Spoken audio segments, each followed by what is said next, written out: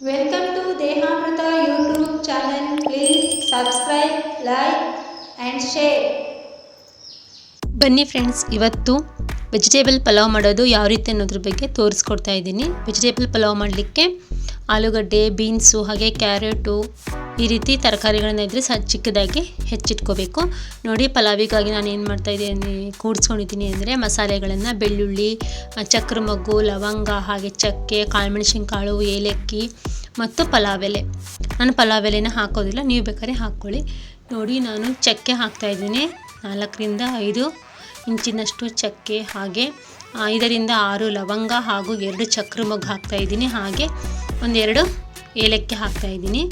ಅದ್ರ ಜೊತೆಗೆ ಎಷ್ಟು ಬೆಳ್ಳುಳ್ಳಿನ ಹಾಕಿ, ಅದರ ನಂತರ 1-2ರಿಂದ 3 ಇಂಚು ಉದ್ದದಷ್ಟು ಶುಂಠಿನ ಚಿಕ್ಕದಾಗಿ ಕಟ್ ಮಾಡಿ ಜಾರಿಗೆ ಹಾಕ್ಕೊಳ್ತಾ ಇದ್ದೀನಿ. ಇದಾದ ನಂತರ ಮೀಡಿಯಮ್ ಗಾತ್ರದ 2ರಿಂದ 3 ಈರುಳ್ಳಿಯನ್ನು ಹಾಕ್ತಾಯಿದ್ದೀನಿ. ನಾನು 3 ಕಪ್ಪಿನ ಆಗುವಷ್ಟು ಪಲಾವಿಗೆ ಮಸಾಲೆಯನ್ನು ಮಾಡ್ತಾಯಿದ್ದೀನಿ ಫ್ರೆಂಡ್ಸ್. ಈರುಳ್ಳಿ ಹಾಕಿದ ನಂತರ ಇದನ್ನು ನಾವೇನು ಮಾಡಬೇಕು, ಇವಾಗ ರುಬ್ಕೊಂಡು ಮಸಾಲೆನ ತಗೊಂಡ್ಬಿಡೋಣ. ಇದಾದ ನಂತರ ಪಲಾವನ್ನ ಯಾವ ರೀತಿ ಒಗ್ಗರಣೆ ಹಾಕೋದು ಅಂತ ತೋರಿಸ್ತೀನಿ. ನೀವು ಬೇಕಾದರೆ ಸೋಯಾಬೀನ್ಸ್ ಹಾಕ್ಕೊಳ್ಳಿ, ಮತ್ತು ಕಸ್ತೂರಿ ಮೇಥಿ ಹಾಕ್ಕೊಳ್ಳಿ. ನಾನು ಇದೆಲ್ಲ ಯೂಸ್ ಮಾಡೋದೇ ಇಲ್ಲ. ನೆಕ್ಸ್ಟ್ ಹೆಚ್ಚಿಟ್ಟ ಹಸಿ ಮೆಣಸಿನ್ಕಾಯಿ, ಈರುಳ್ಳಿ, ಟೊಮೊಟೊನ ಒಗ್ಗರಣೆಗೋಸ್ಕರ ಹೆಚ್ಚಿಟ್ಕೊಳ್ತಾ ಇದ್ದೀವಿ. ಹಾಗೆ ಆನಂತರ ಹಸಿಮೆಣಸಿನ್ಕಾಯಿ 8ರಿಂದ 10 ಹಸಿಮೆಣಸಿನ್ಕಾಯಿನ ಮಿಕ್ಸಿ ಜಾರಿಗೆ ಹಾಕ್ಕೊಂಡ್ಬಿಟ್ಟು ಅದನ್ನು ಗ್ರೈಂಡ್ ಮಾಡ್ಕೋಬೇಕು ಫ್ರೆಂಡ್ಸ್. ಕೊತ್ತಂಬರಿ ಸೊಪ್ಪು, ಯಾವುದೇ ಕಾರಣಕ್ಕೂ ಗರಂ ಮಸಾಲ ಪೌಡ್ರು, ಪಲಾವ್ ಪೌಡರು ಇವನ್ನೆಲ್ಲ ಯೂಸ್ ಮಾಡಬೇಡಿ. ಟೇಸ್ಟಿಂಗ್ ಪೌಡರ್ ಇರುತ್ತೆ. ಜಸ್ಟ್ ನೋಡಿ, ನಾವು ಮನೆಯಲ್ಲೇ ಇಷ್ಟು ಸಿಂಪಲ್ಲಾಗಿ ಮಸಾಲೆಯನ್ನು ರೆಡಿ ಮಾಡಿಕೊಂಡ್ರೆ ಸಾಕು.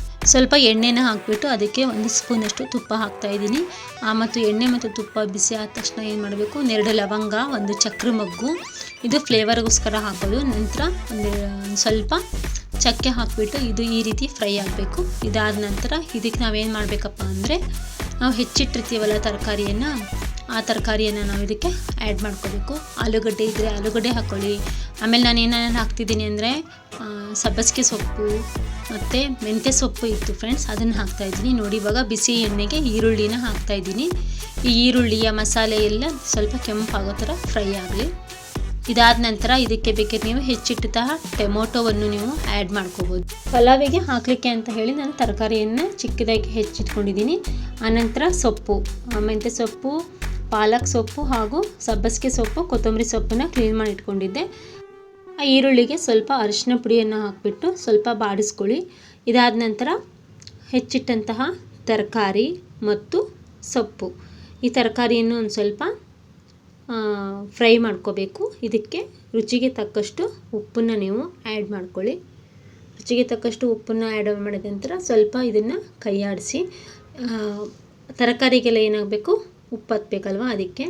ನಂತರ ರುಬ್ಬಿಟ್ಟಂತಹ ಮಸಾಲೆಯನ್ನು ಹಾಕಿಬಿಟ್ಟು ಚೆನ್ನಾಗಿ ಇದನ್ನು ಮಿಕ್ಸ್ ಮಾಡ್ಕೊಳ್ಳಿ. ಇದರ ಹಸಿ ವಾಸನೆ ಹೋಗೋ ತನಕ ಮಿಕ್ಸ್ ಮಾಡಿ, ಆನಂತರ ನೀರು ಹಾಕಬೇಕು. ಇವಾಗ ನೋಡಿ, ನಾನು ಸೊಪ್ಪು ಹಾಕ್ತಾಯಿದ್ದೀನಿ. ಸೊಪ್ಪನ್ನು ಹಾಕಿಬಿಟ್ಟು ನೀಟಾಗಿ ಮಿಕ್ಸ್ ಮಾಡ್ಕೊಳ್ಳಿ. ನಂತರ ಬಂದುಬಿಟ್ಟು ಬಟಾಣಿ ಮತ್ತು ಕಡಲೆಕಾಳು ನೆನೆಸಿಟ್ಟು ಹಾಕ್ಕೊಳ್ಳಿ. ನಾನಿವಾಗ ಹಾಗೆ ಹಾಕ್ತಾಯಿದ್ದೀನಿ. ಎಣ್ಣೆ ಹಾಕ್ಬಿಟ್ಟು ಸಿಡಿಯುತ್ತೆ ಅಂತ ನಾನು ಕೊನೆಗೆ ಹಾಕ್ತಾಯಿದ್ದೀನಿ. ಎಲ್ಲ ಸೊಪ್ಪು ಬಟಾಣಿನ ಇದೆಲ್ಲ ಮಿಕ್ಸ್ ಮಾಡಿ ಸ್ವಲ್ಪ ಹಸಿ ವಾಸನೆ ಹೋಗೋ ತನಕ ಈ ರೀತಿ ಇದನ್ನು ಕುದಿಸ್ಕೋಬೇಕು. ಹಸಿ ವಾಸನೆ ಹೋದ ನಂತರನೇ ನಾವು ಪಲಾವಿಗೆ ಸ್ವಲ್ಪ ಅಕ್ಕಿಗೆ ಎಷ್ಟು ಬೇಕೋ ಅಷ್ಟು ನೀರು ಹಾಕ್ಕೋಬೇಕು.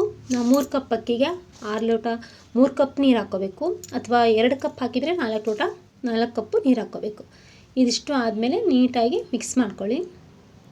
ಇಲ್ಲಿ ನೋಡಿ, ಇವಾಗ ನಾವು ಮಸಾಲೆ ಹಾಕಿ ಎಲ್ಲ ಹಾಕಾದ್ಮೇಲೆ ಈ ರೀತಿ ಕುದಿ ಬರುತ್ತೆ. ಕುದಿ ಬಂದ ತಕ್ಷಣ ನಿಮಗೆ ಯಾವ ರೀತಿ ರೈಸ್ ಇಷ್ಟ ಆಗುತ್ತೋ, ಅಕ್ಕಿ ಇಷ್ಟ ಆಗುತ್ತೋ ಆ ಅಕ್ಕಿನ ತೊಳೆದ್ಬಿಟ್ಟು ಹಾಕಿ ಕುದಿಸಿ ಸ್ವಲ್ಪ ಮುಖದ ಮೇಲೆ ಮುಚ್ಚಿ ಕೈ ಆಡಿಸ್ಬಿಟ್ರೆ